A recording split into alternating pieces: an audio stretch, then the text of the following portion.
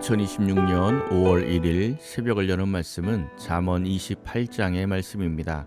그 가운데 5절부터 9절까지 봉독하여 드리겠습니다.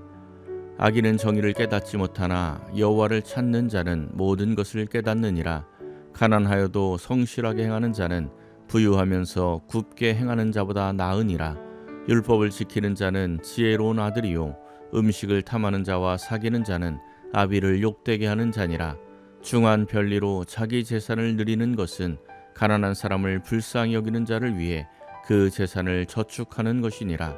사람이 귀를 돌려 율법을 듣지 아니하면 그의 기도도 가증하니라. 정직한 자를 악한 길로 유인하는 자는 스스로 자기 함정에 빠져도 성실한 자는 복을 받느니라. 아멘. 오늘 말씀에 대한 큰 주제는 말씀에 대한 성실입니다. 율법이라는 단어와 성실이라는 단어가 많이 나옵니다. 율법을 버린 자는 악인이고 율법을 성실히 지킨 자는 복된 자임을 말씀하고 있습니다. 1절입니다. 악인은 쫓아오는 자가 없어도 도망하나 의인은 사자같이 담대하니라. 아멘. 인류 최초의 타락 장면을 보면 아담과 하와가 선악과를 먹은 후에 동산 나무에 숨는 모습이 나옵니다. 하나님께서 진노하셔서 숨은 것이 아니라 자기들이 스스로 도망친 것입니다. 교통신호를 잘 지키는 사람은 교통경찰을 봐도 두려워하지 않습니다. 아니, 오히려 반갑습니다. 끼어들기 많이 해서 차 막히는 곳에 교통경찰이 서 있으면 반갑습니다. 그런데 끼어들려고 앞질러 가다가 경찰이 보이면 어떻습니까?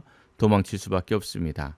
죄를 지은 사람은 경찰이 아니라 모범 운전수, 교통 안내하는 것만 봐도 깜짝 놀라게 되어 있습니다. 그런데 의인은 어떻다고 말씀하고 있습니까? 사자같이 담대하다고 말씀합니다. 하나님의 말씀을 믿고 붙들고 있는 사람은 담대함으로 살아감을 말씀하는 것입니다. 2절을 세 번역으로 읽어드리겠습니다. 나라의 반역이 일면 통치자가 자주 바뀌지만 슬기와 지식이 있는 사람이 다스리면 그 나라가 오래 간다. 아멘. 이스라엘은 솔로몬 사후 남유다와 북이스라엘로 갈라집니다. 남유다는 다윗의 후손들이 왕위를 계속 이어갔지만 북이스라엘은 계속 반역이 일어나며 왕조가 바뀝니다. 그 이유는 이 말씀처럼 나라에 죄가 있기 때문입니다. 북이스라엘을 세운 여로보암부터 우상 숭배의 생활을 하였기에 통치자가 자주 바뀐 것입니다. 사실 남유다의 왕들도 그리 선한 왕이 많지는 않았습니다. 하지만 다윗을 생각하사 하나님께서 그 나라를 지켜주셨습니다. 하지만 결국 남유다도 멸망하고 맙니다. 그래서 영원히 바뀌지 않는 통치자로 오시는 분이 바로 예수님이십니다. 4절과 5절입니다. 율법을 버린 자는 악인을 칭찬하나 율법을 지키는 자는 악인을 대적하느니라. 악인은 정의를 깨닫지 못하나 여호와를 찾는 자는 모든 것을 깨닫느니라. 아멘. 율법을 버린 자는 악인을 칭찬합니다. 이스라엘은 왕이 필요 없는 나라입니다. 하나님이 왕이시기 때문입니다. 그런데 사사시대에 왕을 요구했던 것은 하나님의 왕 되심을 버린 것입니다. 왕이 율법을 지키면 나라가 평안하지만 왕이 율법을 버리면 온 나라가 고생을 합니다. 이때 선지자들이 등장을 하는데 참된 선지자는 자신의 안위를 걱정하지 아니하고 왕을 책망하고 말씀을 버린 거짓 선지자는 왕을 칭찬하여 자기의 이득을 챙깁니다. 7절입니다. 율법을 지키는 자는 지혜로운 아들이요 음식을 탐하는 자와 사귀는 자는 아비를 욕되게 하는 자니라. 아멘. 율법을 지키는 자가 지혜로운 아들이고 음식을 탐하는 자와 사귀는 자는 아비를 욕되게 한다고 말씀합니다. 율법을 지키는 자, 즉 정의를 깨닫고 여호와를 찾으며 살아가는 사람은 지혜로운 아들로 하나님께 인정을 받습니다.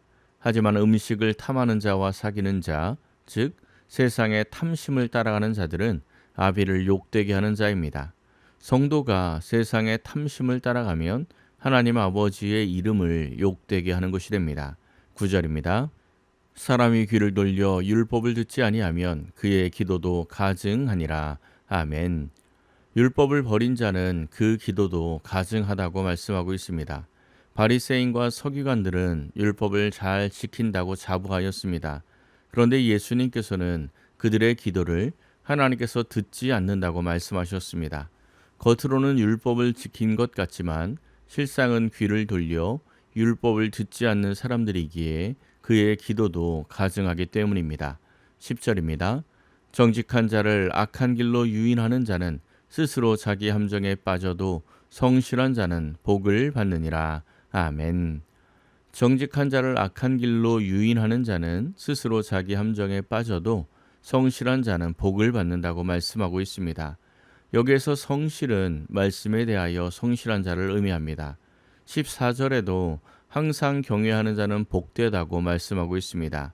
하루에 1시간 이상 꼬박 TV 보는 사람을 보며 성실하게 TV를 본다고 말하지 않습니다. 말씀에 대한 성실이 참 어렵습니다. 하루에 2시간, 3시간씩 반드시 TV 보라고 하면 신나게 보는데 하루에 10분씩 성경을 보라고 하면 잘 못 지킵니다.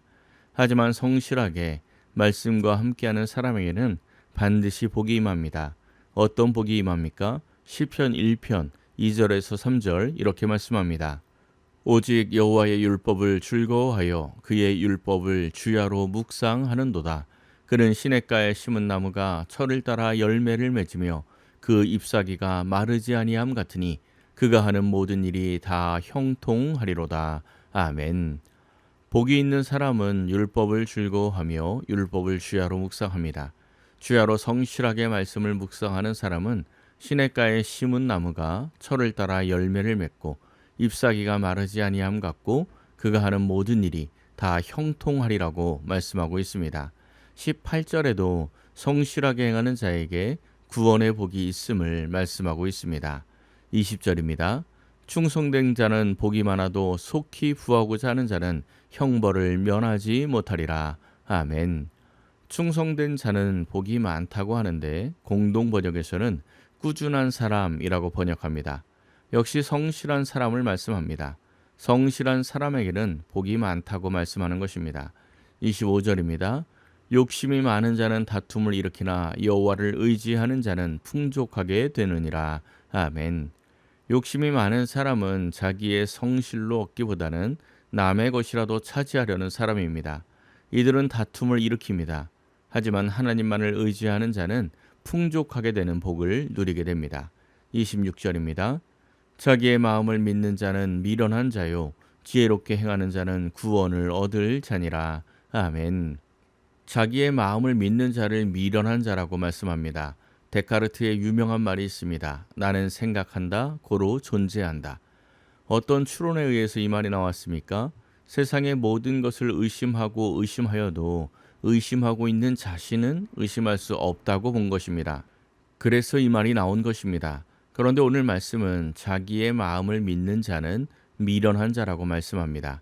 반면에 지혜롭게 행하는 자는 구원을 얻는다는 것입니다. 그렇다면 문맥상 지혜롭게 행하는 자가 어떤 사람입니까? 자기의 마음을 믿지 않는 자입니다. 자기의 마음을 믿지 않는 자는 하나님을 믿습니다.